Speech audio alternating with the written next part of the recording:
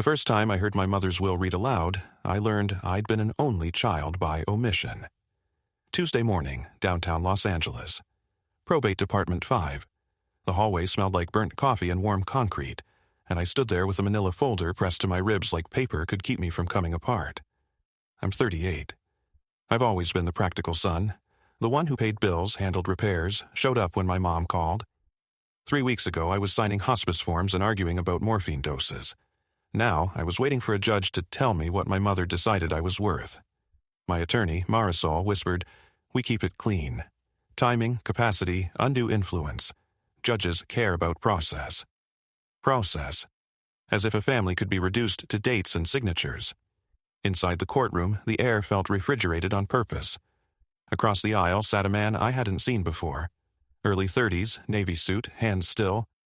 He looked up when I moved and my stomach dropped for no logical reason.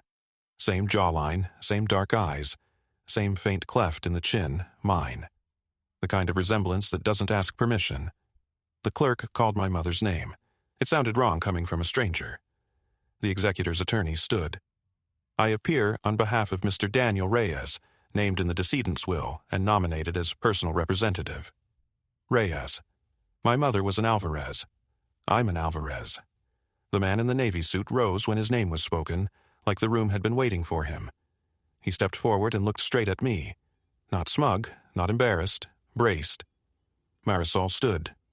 "Your Honor, my client, the decedent's son," the other attorney added, smooth as a blade. "For the record, Your Honor, the will references both of the decedent's sons." Both. My ears rang. I stared at Daniel and felt the room stay perfectly still while something inside me slid out of place. The judge asked about filings and service and dates, but I couldn't catch the words. I could only see a stranger wearing my face like a second draft. My mother hadn't just died, she'd edited my life. I walked into probate expecting to argue about money. Instead, I met my brother for the first time, because my mother had written him into the ending. I didn't speak until we were back in the hallway. If I opened my mouth in that courtroom, I was afraid grief would come out as something uglier. Marisol touched my elbow like she was grounding a patient. "Okay," she said softly. "We can handle this. It changes the landscape, not the law." "Who is he?" I managed. She flipped through her notes. Daniel Reyes, named co-beneficiary, nominated personal representative. So, my mother picked a stranger to run her estate.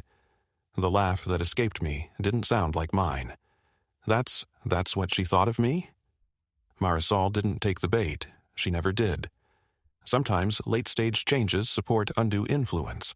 We need her medical records, caregiver logs, who was around her, who drove her to sign. The timeline is everything. Timeline. Like betrayal had a timestamp. Down the hall, Daniel stood with his attorney. He kept glancing over, checking, almost, like he expected me to lunge or collapse and wanted to be ready for either. Then he walked toward us. Up close, the resemblance got worse. My face, same chin, same eyes, worn by someone who hadn't lived my life. It made me dizzy in a quiet way, the way you get dizzy when you realize a photo has been cropped. He stopped a respectful distance away. "Hi," he said. "Hi," like we were meeting at a barbecue. Marisol stepped forward, polite and sharp. "Mr. Reyes, I'm Marisol Chen. I represent Andrew Alvarez." "I know," Daniel said, looking at me. "You're Andrew." My stomach tightened. Nobody calls me Andrew unless they're reading my ID. My mom used Drew when she wanted me close and Andrew when she wanted me small. "How do you know that?" I asked. He swallowed. "Because she told me."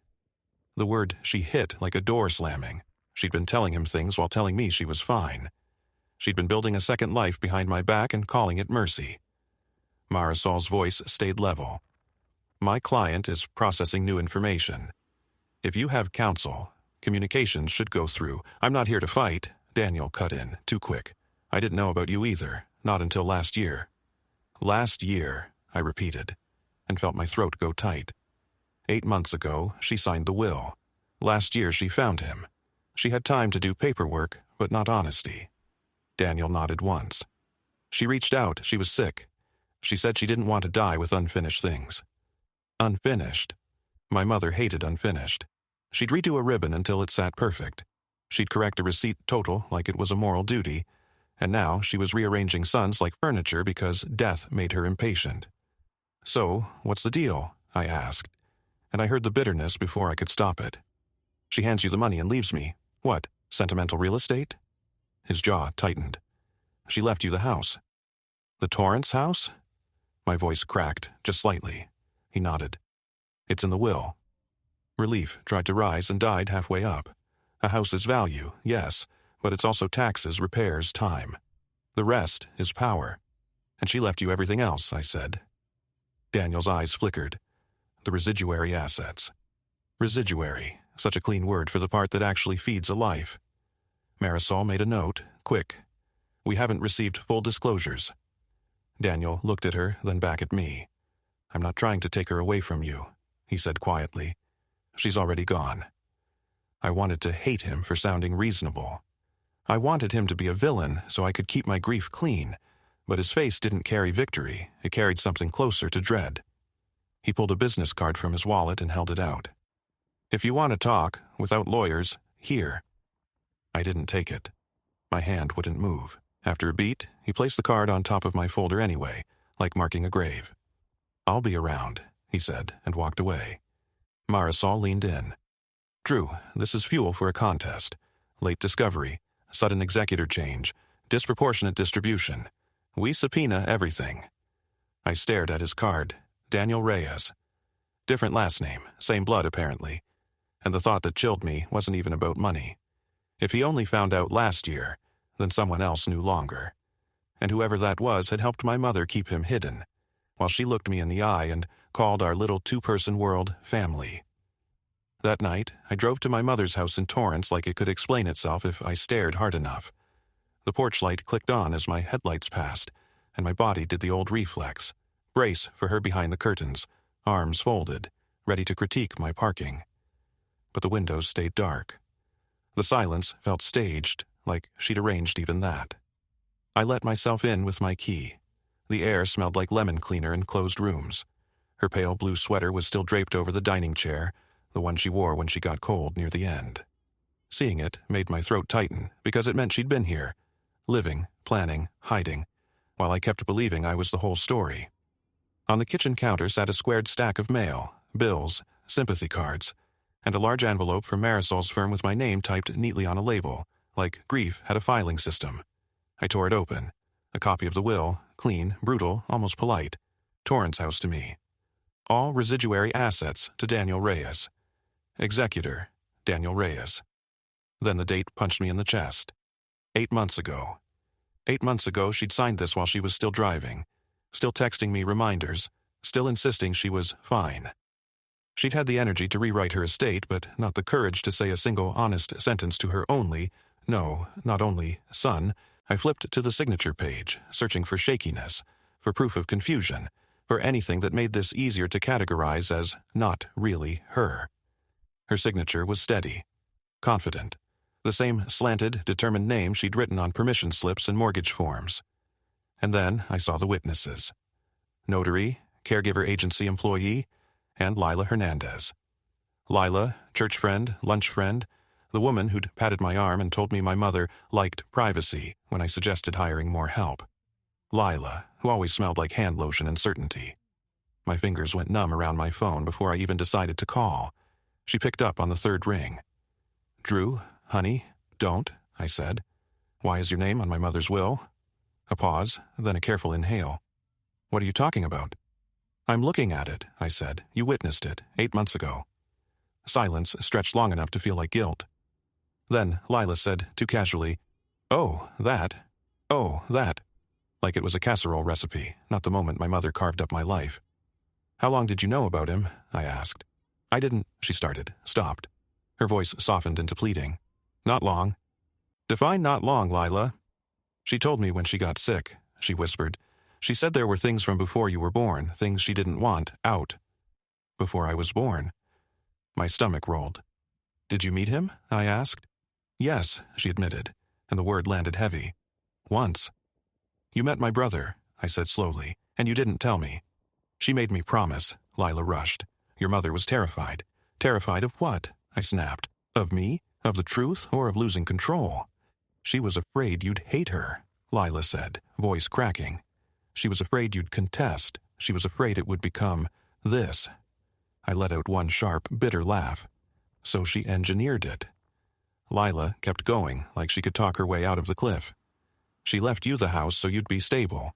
She said Daniel needed money. He has kids. My throat went tight. He has kids. Yes, she said quickly. 2 grandchildren. My mother had been holding other children, my blood, while I still believed I was her entire legacy. I stared at the will spread on the table like evidence and felt something shift inside me. The grief, yes, but also a colder thing, clarity. Undue influence would have been easier, a villain, a clean explanation. But her signature was steady. Her plan was precise, which meant the terrifying possibility wasn't that someone changed her mind. It was that this was her mind. I ended the call without saying goodbye, sat in the dim kitchen and stared at Daniel's business card on top of my folder. Different last name. Same face. I didn't want to call him. I called him anyway. He answered on the second ring, like he'd been holding the phone and waiting for me to lose the argument with myself. Hello? It's Andrew, I said. My voice sounded too steady for how my chest felt. I'm at her house. A pause. Okay. The one she left me, I added, and couldn't keep the edge out. Like it's supposed to make this fair. It's not a prize, Daniel said quietly. It's your home. I stared at my mother's spotless counter, the squared mail stack, the sweater on the chair. You say that like you've been here. I haven't, he said. Then softer, I'm not trying to take things from you. I almost laughed. That's funny, because she put your name on everything that matters. He didn't argue. That was worse. I talked to Lila, I said. His breath changed. She called me. Of course she did. People like Lila didn't keep secrets alone. They kept them with a network. You said you didn't know about me until last year, I said. That's true. And she just found you, I asked. After 30-something years, like she remembered where she left you? She went looking, Daniel said. Hired someone. She showed up at my work. What do you do? I asked, and hated that my brain wanted details, proof he was real. HAVC, he said. Small company in Long Beach. I'm not a con artist. The defensive note was faint, but it was there. Like he'd already heard my suspicion in the silence. Why now? I asked. Because she was sick, he said. Because she didn't want to die with it still in her throat. I gripped the phone harder. She had 8 months to rewrite papers. She had 0 minutes to tell me. I asked her that, Daniel admitted. I asked why she didn't bring you in, why she didn't call you with me sitting there. And what did she say? My voice came out thin. He exhaled. She said you'd never forgive her. She said you were loyal in a way that would make the truth feel like betrayal. Loyal? The nicest chain she could have put on me. Then he added, almost reluctantly, she also said you didn't need money, that I did, that you had a good job, no kids, so she balanced her guilt with my paycheck, I cut in. I told her it wasn't fair, he said quickly. I told her you'd hate me before you knew me. And she did it anyway, I said. Yeah, Daniel said. Quiet. She did. I walked to the living room, staring at the side table where she kept the spare keys and batteries and all the little things she didn't want to lose. My hand hovered over the drawer knob like it was hot. Do you know who your father is? I asked suddenly, because I couldn't keep circling the obvious. Silence. I don't, Daniel said. I asked. She wouldn't say his name. I opened the drawer. Under a pack of batteries and a rubber band ball was a thin envelope. No stamp, no postage. Just my name and my mother's slanted handwriting. Andrew. My throat tightened so hard it hurt. She left me a letter, I said. Another pause. She left me one too, Daniel replied. And she gave me something else. What? I whispered, though my skin already felt cold. A copy of an earlier will, he said carefully, from before she found me. In that one, you got everything. I sank onto the edge of the sofa, letter in my hand, my mother's handwriting staring back at me like a dare. So she changed it, I said. Yes, Daniel answered. And there's more, not for the phone. I stared at the envelope, at how light it was for something that could rearrange a life. Text me your address, I said. A breath on the other end, relief mixed with dread. "Okay," he said, "I'll be here." We hung up. I didn't open my mother's letter yet. I just held it against my palm and felt the weight of it, thin paper, heavy in tension. Then I grabbed my keys. Because whatever was in that envelope, I knew one thing with sick certainty. My mother hadn't just left a will. She'd left instructions for how to break me. Daniel's address led me to a low industrial strip in Long Beach. Roll-up doors, faded signs, the smell of hot asphalt and engine oil. Not my mother's world, which meant she'd crossed a line to find him. I sat in my car for a full minute, staring at Unit B, trying to get my pulse to stop acting like I was about to commit a crime. Then the door opened. Daniel stood there wiping his hands on a rag, and the resemblance hit me again. Close enough to be cruel. Behind him, in a cramped office area, a woman sat on a folding chair with a little girl on her lap. The girl looked up at me with my eyes serious as an adult. Daniel's voice lowered. "Drew, this is my wife, Elena, and this is Sophia." Sophia stared for 2 seconds, then pointed straight at my face. "He looks like Daddy." Elena's smile was polite but tight, like she'd been warned I might walk in swinging. She adjusted Sophia on her knee, protective without making it obvious. I tried to soften my expression for the kid, but my emotions didn't take requests. Daniel guided me into a tiny office. Metal desk, stacks of invoices, kids' drawings taped to the wall. He left the door slightly cracked, like he didn't want either of us feeling trapped. He set a thin folder on the desk between us. "This is what she gave me," he said. "Copies, not everything." I opened it and immediately found the earlier will, dated years back. My name on everything. For half a second, relief rose in me like air, then it died. Because the next pages weren't a will at all. Alvarez Family Trust, executed 8 months ago, same day as the new will. Successor trustees, Andrew Alvarez and Daniel Reyes jointly. I looked up, cold, spreading under my skin. This wasn't mentioned in court. "It won't be unless someone forces it," Daniel said. "The will is a pour-over. The trust is where the real assets sit." I flipped again and saw the Torrance house listed, transferred into the trust 2 months before my mom died. So the house to you line wasn't a gift. It was a label on something locked behind a door that required both of us to open. Then another page punched me. A home equity line of credit. Opened 5 months ago. "A HELOC?" I said. My mother hated debt like it was a moral failure. Daniel's jaw tightened. She said it was for medical stuff, then she stopped talking. At the back, power of attorney. Agent, Lila Hernandez, signed 4 months ago. My throat tightened. She made Lila her agent. Daniel nodded once. Lila drove her to the notary. The room went quiet except for the shop sounds outside. Tools clinking, muffled laughter. Normal life happening while mine split open. I stared at the papers, and the shape of it emerged. My mother didn't just write a will. She built a maze. Trusts, joint control, debt. Then handed the map to someone who wasn't even family. My phone buzzed with a voicemail. Lila's voice, breathy and urgent. "Andrew, please call me back. We need to talk before you do something you can't undo." Daniel watched my face like he could read the message through my skin. I looked up at him, and for the first time since probate, it didn't feel like we were opponents. It felt like we'd both just found the same hidden door in the same house. "We start with the bank," I said. "And the recorder," Daniel added. "Title search, who signed what, when." Outside, Sophia laughed, bright, innocent, and it made the whole thing hurt in a new way. Because suddenly this wasn't just about what my mother left behind. It was about what someone had been trying to steal while she was dying. Marisol didn't even blink when Daniel and I walked into her office together. She just looked up like she'd expected the universe to get messy. "Good," she said. "If you two are aligned, we move faster." I dropped the trust papers on her desk. Daniel added the HELOC statement and the power of attorney with Lila's name on it. Marisol read in silence, and the longer she read, the colder my skin felt. "This," she said, tapping the POA, "is the hinge. If Lila used her authority for herself, we petition for an accounting and freeze anything she touched." Daniel leaned forward. "Even if she says it was for care?" "Especially then," Marisol said.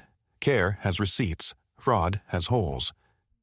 By noon, we were at a bank branch in Torrance, sitting across from a manager with a sympathetic voice and dead eyes, corporate compassion. We handed over IDs, the death certificate, a trust certification Marisol prepared. He typed for a long time, then cleared his throat like he hated being the messenger. There were multiple disbursements from the line, he said carefully. Several cashier's checks. Payable to who? I asked. He glanced at the screen. A caregiver agency, a medical supply company, and 3 payable to Lila Hernandez. Daniel went still. 3? The manager nodded. And a wire transfer to an escrow company. Escrow? My stomach dropped. Escrow wasn't groceries. Escrow was property. Marisol's pen moved fast. Name of the escrow company. We left the bank and drove straight to the county recorder's office. Fluorescent lights. Endless counters. People filing forms like grief had office hours. A clerk pulled recent filings tied to my mother's name and the Torrance address. Trust transfer deed recorded. Then the clerk frowned and clicked again. There's another deed prepared but not fully recorded, she said. Pending correction. Marisol leaned in. Grantor. The trust, the clerk replied. Grantee? She read it out loud. Lila Hernandez. My mouth went numb. She tried to take the house. Daniel's hands clenched on his knees. Or she tried and didn't finish. Marisol's voice stayed calm, but her eyes were hard. This is motive. This is why the HELOC matters. This is why the POA matters. Outside, the winter sun looked washed out and indifferent. I stood in the parking lot with printed records in my hand, feeling like I'd just stepped into a second story hiding under the first. My phone buzzed. Lila again, this time a text. Please, meet me. I can explain. I looked at Daniel. He looked back. The resemblance wasn't shocking anymore. It was practical. We were 2 pieces from the same puzzle, whether we liked it or not. Public place, I said. Coffee shop by her church. Daniel nodded once. Marisol comes. As we got in the car, I thought about my mother's sealed envelope, still sitting at her kitchen table, untouched. For the first time, I didn't feel pulled toward it. Because whatever she wrote to me, someone else had been writing over her life in ink and money. And now we were finally reading the margins. Lila picked a coffee shop across from her church, like the building behind her could testify to her character. She was already there when we arrived. Hands wrapped around a cup she wasn't drinking, cross necklace catching the light, face arranged into concern. When she saw Daniel with us, her expression tightened for half a second before she smoothed it over. Drew, she said softly, reaching for my hand. Please. I didn't take it. I didn't yank away either. I just let the empty space speak. Marisol slid into the booth and laid out the facts like she was setting down instruments. Ms. Hernandez, you were agent under power of attorney. You received 3 cashier's checks funded by the HELOC. There was a wire to escrow. And there's a deed prepared to transfer the Torrance property to you.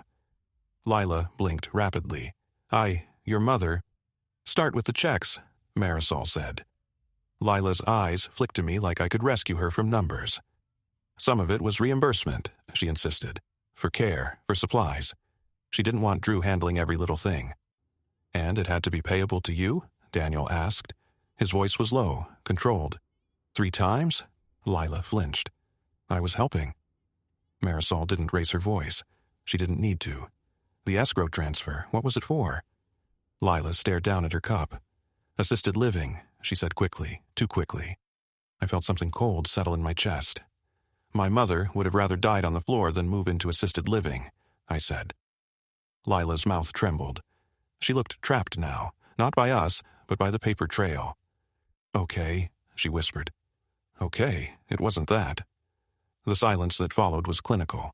Like everyone in the booth knew we'd reached the part where the truth had to come out, because the lies were running out of air. It was, for me, Lila admitted. She said she owed me. She said I'd been there. She said the house could be mine after everything settled. The house. My mother's house. The one she'd told me was stability, like she'd been generous instead of strategic. Daniel's jaw clenched. So, you were waiting to see whether he contested. I was protecting her wishes, Lila snapped, then softened immediately, tears spilling as if she could wash the facts clean. She said if Drew fought, lawyers would eat it all. She told me to prepare the deed but not record it unless it got ugly.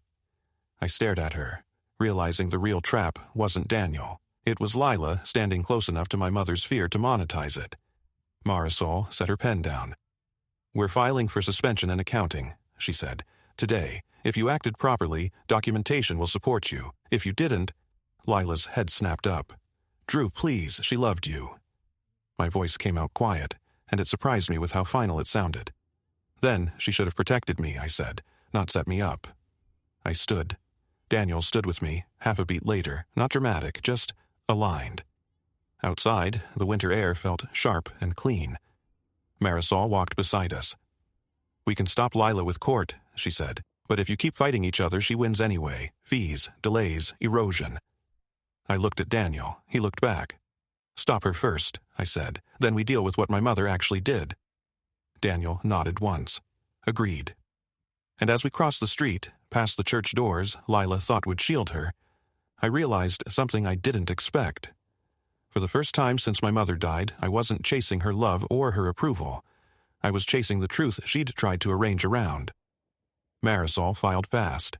Within days, the court suspended Lila's authority pending a full accounting. The escrow company froze the deposit. The bank flagged the HELOC. It wasn't satisfying, it was triage. Daniel and I met again at my mother's kitchen table. Her table, where she used to square mail into perfect stacks and call it being prepared. Now it was covered in trust pages, bank printouts, and the kind of silence that changes people. I finally opened the envelope with my name on it. The paper smelled faintly like her perfume, clean, controlled. "Andrew, if you're reading this, you didn't let it go. I raised you to notice. Daniel is your brother. I won't write his father's name. I left you stability and him liquidity. If you fight, strangers will eat what I built." I was ashamed, not of him, of myself. Mom. That was it, not an explanation. An instruction manual disguised as an apology. Daniel listened without interrupting. When I finished, he pulled a similar envelope from his jacket and set it on the table, still sealed. "I can't," he admitted quietly. "Not yet." "Then don't," I said, surprising myself. And I meant it. For once, I didn't want her last words to steer us. We kept reading the trust instead. The twist was in the structure. As joint successor trustees, neither of us could move major assets alone. My mother hadn't just split property. She'd forced cooperation, even if she couldn't force honesty. Marisol called that evening. Lila's first accounting didn't match the bank records. Missing receipts, vague reimbursements, gaps where real money should have had real explanations. "We'll claw back what we can," she said. "But understand this. If you two escalate into full war, legal fees will do what Lila couldn't." That night, Daniel stood at the sink, rinsing a mug that didn't need rinsing. Same nervous motion twice, like he needed something ordinary to hold on to. "I don't want your house," he said. I stared at the window, at the dark reflection of our faces in the glass. Two versions of the same features. "I don't want your kids paying for my mother's guilt," I said back. We went to mediation the next week, not because we suddenly trusted each other, but because we'd both seen what court does. It doesn't just divide money. It divides memory, too. We settled the core split with one adjustment. I kept the Torrance house, but I refinanced and paid Daniel a fixed share of the equity, so he had liquidity now. He kept the condo and more of the cash, but we held back enough to cover taxes and whatever we could recover from Lila's mess. No dramatic handshake, just signatures. Quiet adulthood. The Sunday after mediation, Daniel came by with Elena and the kids. Sophia tore through my mother's living room like she'd always been allowed to exist there. Mateo found an old glove in a closet and held it up like treasure. Elena watched me carefully, still deciding what kind of man I was. Daniel and I stood outside near the garage, winter air sharp. He didn't look at me when he spoke. "DNA test?" he asked. I nodded. "Yeah. And if we don't share a father?" he added, voice low. I looked at him, at my face worn by a different life, and felt something settle that wasn't forgiveness, but wasn't hatred either. "Then you're still my brother," I said, "because she made you that." Daniel blinked hard once and nodded. Inside, Sophia laughed. Mateo chased her, and the house finally stopped feeling like a prize or a threat. It felt like a place where the truth could live, even before we knew whose name it carried. The DNA results came back on a Thursday in an email that looked like every other email. No warning, no drama, just a subject line and a PDF. I opened it, sitting in my car outside a CVS, engine off, watching people push carts like nothing in the world was breaking. Probability of half-sibling relationship, 99.9%. Half. Real. Not complicated. Not a story my mother wrapped in metaphors. Blood, confirmed by a lab that didn't care about feelings. When I called Daniel, he answered like he'd been waiting for the call to decide whether he existed. "Yeah," he said. "It's confirmed," I told him. "We're half-brothers." A long exhale, not joy, not relief, just gravity. "Okay," he said quietly. "Okay." Lila's accounting dragged on the way these things do. Paperwork, deadlines, missing receipts that magically appeared after motions were filed. The court ordered repayment for what she couldn't justify. No cinematic moment, just consequences stamped and dated. It felt less like victory than like sweeping up after someone else's greed. And then, when I thought the last surprise had already been delivered, another letter showed up in my mailbox. A benefits administrator. Plain envelope. Not sympathy, not condolence, just paperwork. My father's name sat at the top, the man my mother spoke about like he was weather. Something that happened, something you survived, something you didn't ask questions about. He died the year before she did. No one told me. Of course, no one told me. The letter explained an old retirement account, dormant for years, now flagged because of his death. A leftover piece of a life that had apparently kept going somewhere without me. I almost didn't read further. Then I saw the beneficiary line. 2 names, handwritten decades ago. Andrew Alvarez, Daniel Reyes. I read it twice, then a third time, because my brain refused to accept how clean the ink was. My mother had acted like names were anchors. Dangerous, heavy, something you drowned under. But my father had written ours down anyway, he had known, and in one silent administrative letter, the story my mother controlled for 38 years cracked open from the underside. That night, Daniel came to the Torrance house without Elena or the kids. We sat at my mother's kitchen table with the letter between us, like it was the only honest thing in the room. "So he knew," Daniel said. "Yeah," I whispered. My throat felt raw. He knew. Daniel's eyes stayed on the page.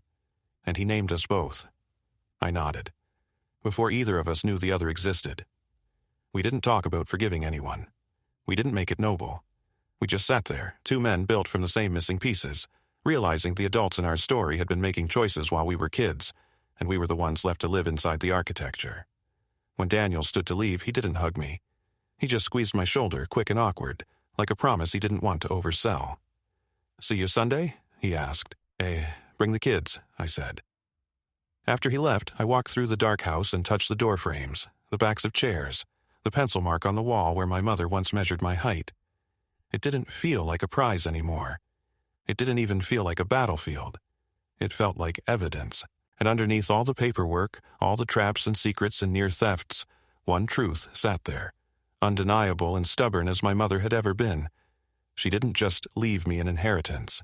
She left me a brother. And now that I knew, there was no way to unknow it.